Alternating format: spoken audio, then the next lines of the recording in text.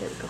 Hello, this is Kiros with LaSanbe.com, and I'm doing another podcast, and today we have Les Norton of LaSanbe here in downtown. Thank you so much for your time, Mr. Norton. Now, I wanted to take a page from like the recent political happenings and ask you, what is the state of downtown right now? Well, right now we're all basically being victims of the several factors. A, the economic downturn in the United States. The various situations are going on in Mexico, which have greatly curtailed the flow of traffic from Mexico into Laredo. And you combine those, it's like the perfect storm. And as a result of that, I mean, we've experienced probably two of the worst years that anyone could ever imagine. And it's gotten to the point now where I would basically say it's a very critical time for downtown Laredo, because you have so many empty locations today, and the uncertainty of tomorrow doesn't guarantee us how many stores will be open tomorrow. So it's a very critical time for all of downtown Laredo. Mm-hmm. I think I've been living here all my life, and I knew Laredo as far back as, I'm going to say, the late 70s. That's when we would come down and shop with our families.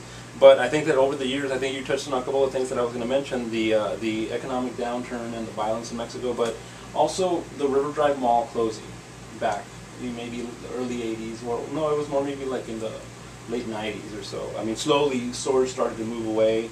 The peso devaluation, some people have mentioned that.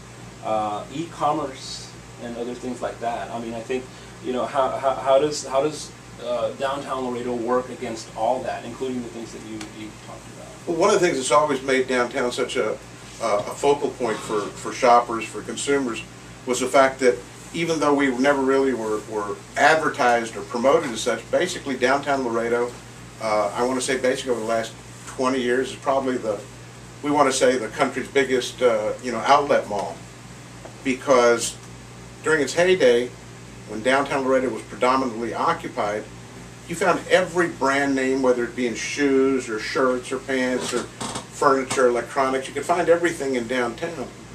And the regular everyday prices that merchants in downtown Laredo were offering were much cheaper than what you could find at the outlet malls in San Marcos and New Braunfels. So that's always been, the main attraction of downtown has always been the merchandise that we sell and the prices. Now, obviously, we've had a lot of, negative mindsets that we've had to overcome. You talk to the average Laredoan about shopping in downtown Laredo, and the first thing that comes to mind is, well, there's no place to park. Right. Well, when in reality, there really is a lot of place to park. Is there a place to park directly in front of my store or at another store that you might want to shop? Well, probably not. But then again, we've got the El Metro with plenty of parking. There's 2 city-run parking lots. There's plenty of places to park. There's several paid parking lots that were within a 2-block radius of downtown Laredo. But yet people always continue developing and nurturing this mindset that there's no parking in downtown Laredo. And the same person or persons that are complaining, you go to the mall on a busy day, sometimes where you park and the distance you have to walk to go from your car to the store, your destination store in the mall, is further than you would have to walk in downtown Laredo. So that's always been a mindset that we've always had to try to combat, that there's no parking in downtown Laredo, when in reality there is parking. Yeah. Now, I mean, some people have floated around the idea of adding more living space, let's say like apartments or condominiums, things like that. Do you think that eventually maybe downtown will have to transform itself into something like that, or will retail endure, in whatever fashion, for many years to come? Well, as far as living, what you're talking about as far as living, sure, a lot of cities have done that, but as we're talking today, that's a far-fetched, idea that's going to, incorporate a lot of planning and a lot of money.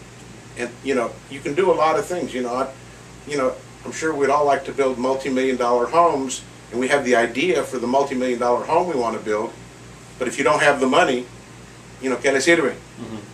So, addressing today's problems, retailing, business is the only thing that's really going to, save downtown Laredo. And if you save downtown Laredo, keep in mind you also save LISD, because the economic impact that downtown Laredo, its ad valorem taxes, and the tax revenue that's generated out of downtown Laredo that goes directly to LISD, downtown Laredo is one of the biggest financial impacts for LISD. So every time a store closes in downtown Laredo, it impacts LISD.